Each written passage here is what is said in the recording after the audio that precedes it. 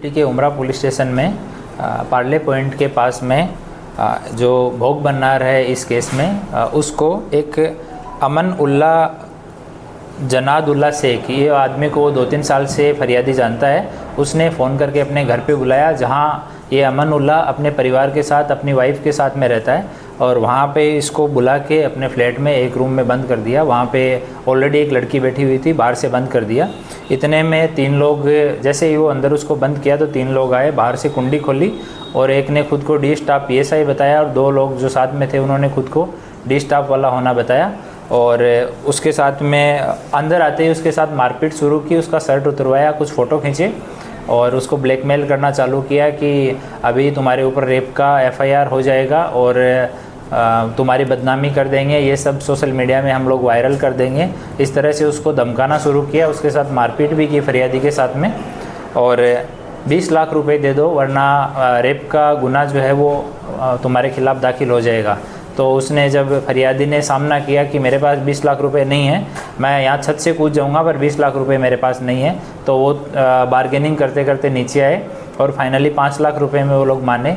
तो फरियादी ने अपने एक दोस्त को फ़ोन करके और पैसे मंगवाए और यहाँ सरगम शॉपिंग सेंटर के पास से उससे 5 लाख रुपए कैश देके और इन आरोपियों को उन्हें सुपुर्द किए। ये अमन उल्ला जनादुल्ला है, ये उसके साथ में गया और पैसे लेके वापस आ गया। तो टोटल 6 लोग जो इस हनी ट्रैप का जो अटेम्प्ट किया उसमें ये लोग शामिल थे। उसमें से 4 को अरेस्ट किया गया है, 2 के लिए हम लोग अभी सर्च कर रहे हैं। उसमें जो आरोपी हैं वो अमन उल्ला जनादुल्ला शेख है। ये पार्ले पॉइंट पर अपने परिवार के साथ में रहता है और ये मूल रूप से सुंदरगढ़ उड़ीसा का रहने वाला है। इसका काम, इस गुनाह में इसने फरियादी से कांटेक्ट किया, उसको अपने घर पे बुलाया। घर पे आने के बाद में लड़की को अंदर बिठा रखा था और बाहर से कुंडी लगा दी। दूसरा आरोपी जो है वो विजय मणिलाल माली है, ये ड्राइवर है और ये वडोदरा शहर आजवा रोड का रहने वाला है। तीसरा जो आरोपी है ये अमित मनसुख भाई मसरू, ये कतारगाम पुलिस स्टेशन की हद में वसंत विहार में रहता है और मूल रूप से ये सावरकुंडला अमरेली का रहने वाला है। इसने खुद को डी स्टाफ PSI के रूप में उस समय अपनी पहचान दी थी। चौथा अल्पेश कुमार जगदीश भाई पटेल है, ये प्रांतिज साबरकांठा का रहने वाला है और यहाँ पे व्यापार करता है। अभी गजेरा सर्कल कतारगाम में ये रहता है। इसने खुद को डी स्टाफ का बताया था। ये 4 लोगों को अभी अरेस्ट किया गया है और जो लड़की वहाँ रूम में बैठी थी वो और उस लड़की को लाने वाला सुमित, ये दोनों अभी पुलिस की पहुंच से बाहर हैं। हम लोग इनको पकड़ने के लिए ट्राई कर रहे हैं। बाद में इन लोगों का हमने क्रिमिनल हिस्ट्री तपास किया तो ये अमित जो है, जिसने डी स्टाफ PSI के रूप में खुद की पहचान दी थी, वो पहले भी उस पर एक कतारगाम पुलिस स्टेशन में इस तरह के 2 गुनाह हैं एक्सटॉर्शन के।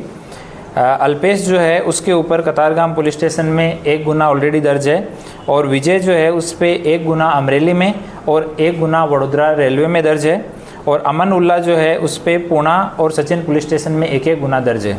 तो अभी 4 आरोपियों को अटक किया गया है। हम लोग इनका मोबाइल फ़ोन, इनकी कॉल हिस्ट्री, इनका IPDR, व्हाट्सअप चैट्स, ये सब चेक कर रहे हैं कि इन्होंने कहीं ऐसे और आदमियों के साथ तो इस तरह का हनी ट्रैप का कोशिश नहीं किया है। इस पर्टिकुलर केस में भी फरियादी ने बहुत हिम्मत करके और बाद में फरियाद लिखवाई, पुलिस को सहयोग किया काफ़ी समझाने के बाद में।